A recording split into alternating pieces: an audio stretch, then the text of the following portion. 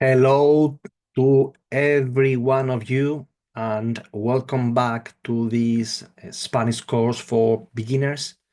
This is lesson number 6, and today it's a big day for us because for the first time we are going to be having a look at our first verb. So far, we've been working with nouns and other words that surround nouns such as adjectives or articles or other words. But today, for the first time, we will be able to complete a full sentence using a subject, which is who does the action, a verb, which is the action itself, and then the rest of the sentence. So we will be able to say or write a complete sentence. The verb that we are going to see today, it's the verb ser, and it's the verb to be. But before, I'd like to do like a little introduction on Spanish verbs. So enough talking and let's go for it. As always, I will share my screen. You should be seeing at the moment a Caribbean beach. And in a second, you'll see my whiteboard. Okay, Spanish verbs. How do they look like? I think in English, every single verb in its original form, before it's been conjugated or modified to speak in a tense, present, past, future, it looks like this. To eat, to jump, to speak. That's the original form of the verb that you would find in the dictionary.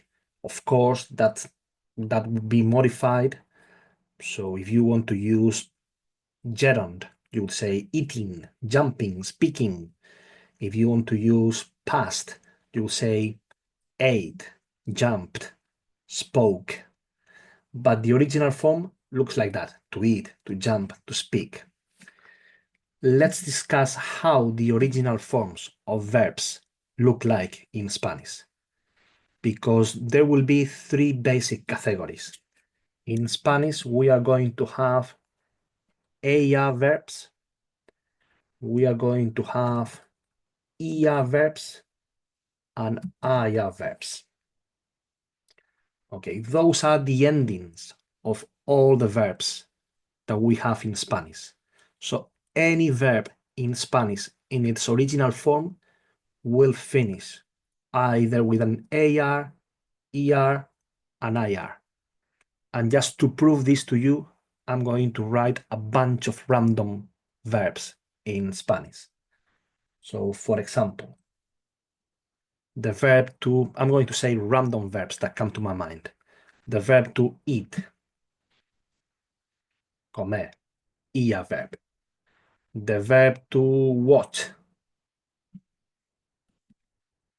The verb to watch is ver, ia verb. The verb to look at something, mirar. The verb to go out, salir, ia verb. The verb to cook, cocinar. The verb to clean, limpiar. The verb to drink, beber. The verb to write, for example, escribir. And I could continue like this for ages. Any verb that you can think of, it's going to fall into one of those categories. And these forms of the verb are the original forms of the verb. It's the infinitive of the verb before we modify that, before we conjugate the verb. Okay, let's move on. Now let's focus on present. because that's the tense where we are going to start. In presente,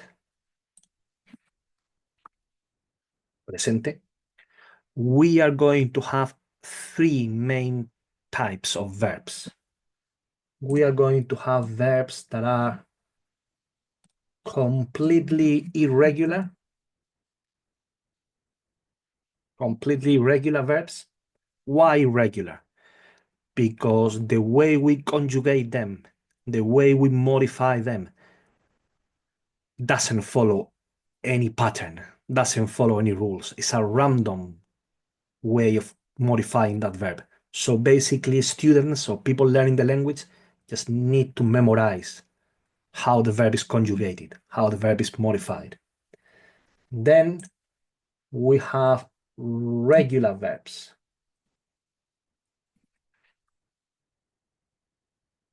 Regular verbs. Verbos regulares. The biggest, the most of the verbs in Spanish are going to be regular verbs. This is the biggest category. So it's good because these verbs follow a pattern. Once you know certain endings, you can apply those endings and you can apply that pattern to any verb that is regular. And finally, we have something in between. We will see this. I'm just talking about this just to give you a rough idea about this. We have something called verbos o cambio vocálico. In English, I think they call these tense-changing verbs. These are verbs that, although they follow the pattern that we use for regular verbs, there are some tiny changes that you have to make. So they are not completely irregular, but they are not completely regular either. There's something in between. Okay. Where are we going to begin today? For our next 5 or 6 lessons, we are going to be here.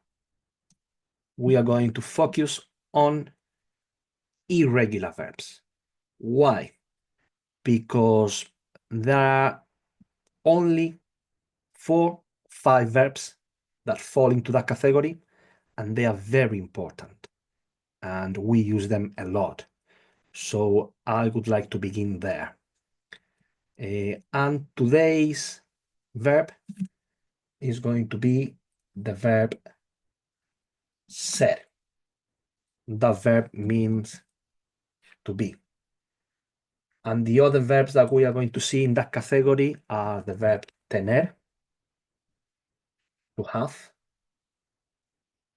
also the verb estar, that although it sounds weird, it's another to be, because we will have two to be's in Spanish. And finally, the verb ir, that is the verb to go. Today, we are going to begin with ser. So we are going to begin talking about the present, and within the present, we are going to learn irregular verbs. And the first irregular verb that we will learn today, it's the verb ser, to be.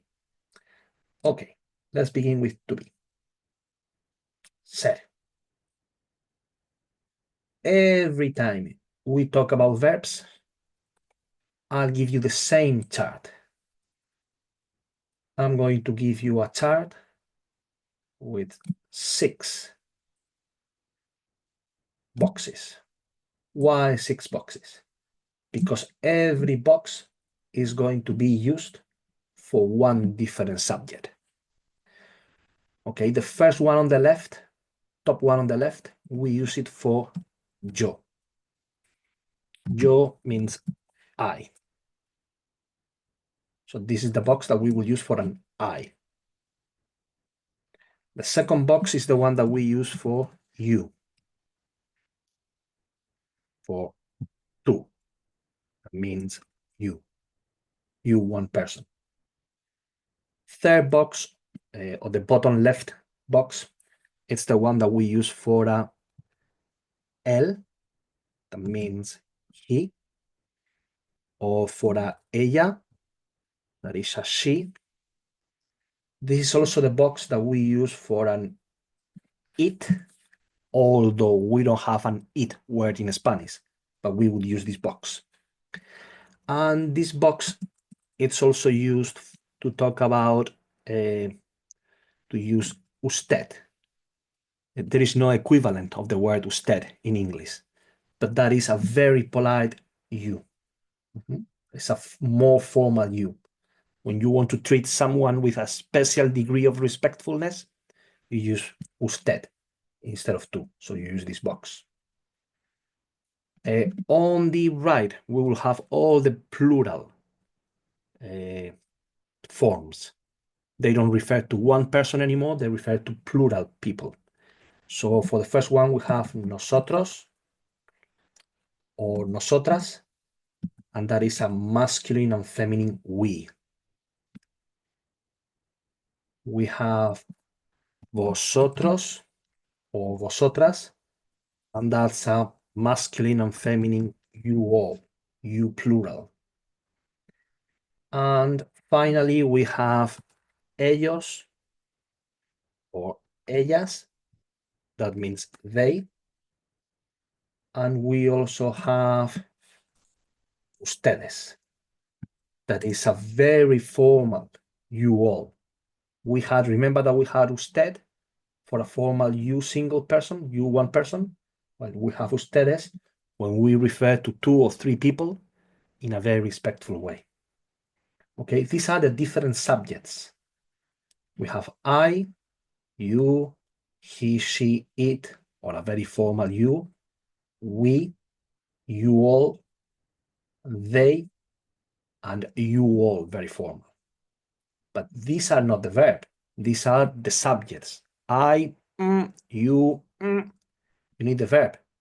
I am, you are, he is. How do we say that? Well, we say yo soy, I am. Tú eres, you are. Él o ella o usted es. Nosotros somos, we are. Vosotros sois, you are. And finally, ellos o ellas o ustedes son. The black word, it's the conjugated verb. It's the verb ser, that it's been modified, and now it looks like this. And now it looks like this. It's the verb ser changing. Can you see why it's irregular? Because all the forms are completely different. There is no pattern behind those forms. I believe that, let me try to erase this without erasing the, yeah, I managed, more or less.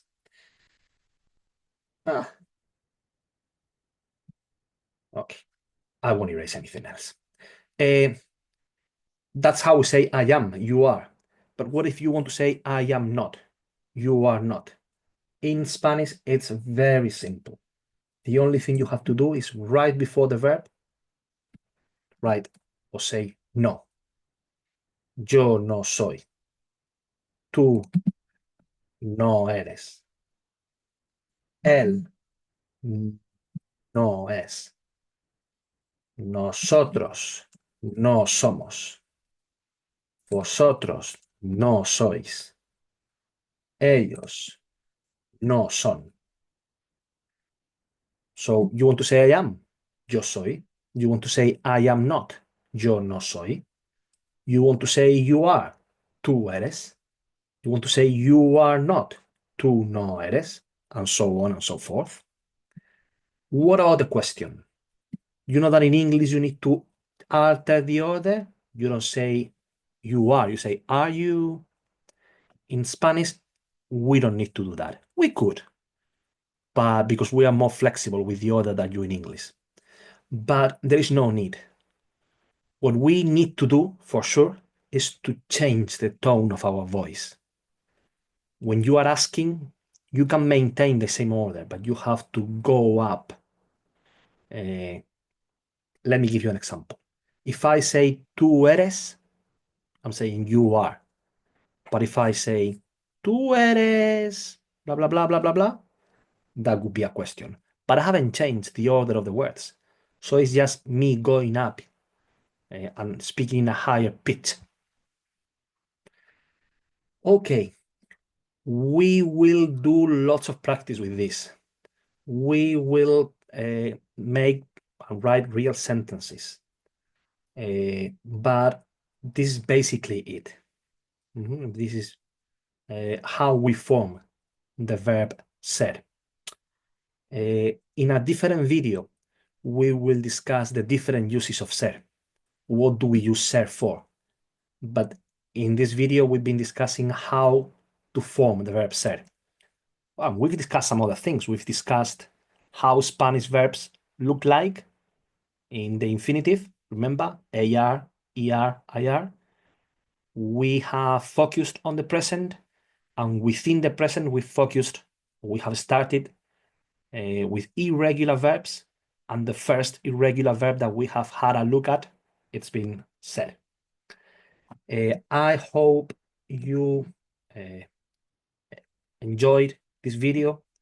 If you have any questions, don't worry, we will have some other videos, even practice videos. And I'll see you very soon in our next lesson. Bye bye to everybody.